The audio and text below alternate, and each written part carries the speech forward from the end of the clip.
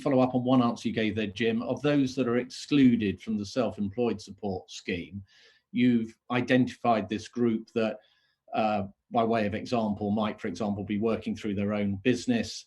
They may choose to pay themselves substantially by way of dividends rather than PAYE income. And under those circumstances, if the former is greater than the latter, my understanding is they wouldn't qualify.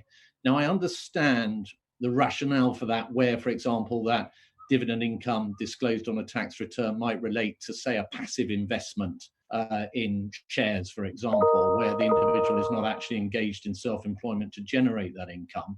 But I'm struggling a little bit to understand why dividends that are generated through self-employment and taken through a business that the self-employed person owns or substantially owns should be excluded.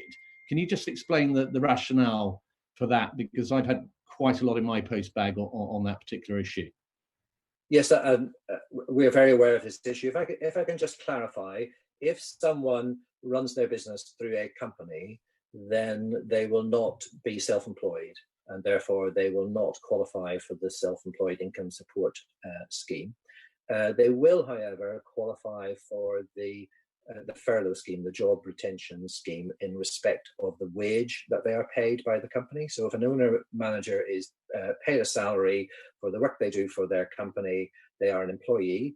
If they are unable to work, the company can furlough them and they can get 80% of their salary back up to the cap of £2,500 a month through that job retention scheme.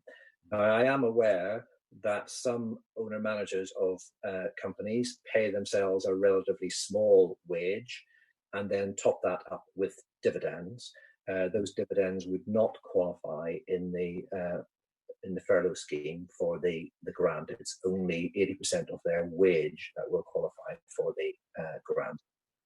And you mentioned that the nature of these dividends is different, and in reality that's right. But from our perspective, we have no way of identifying which dividends people receive are dividends in lieu of wages, and which dividends they receive are simply a return on capital, either in their own company or in just a general investment.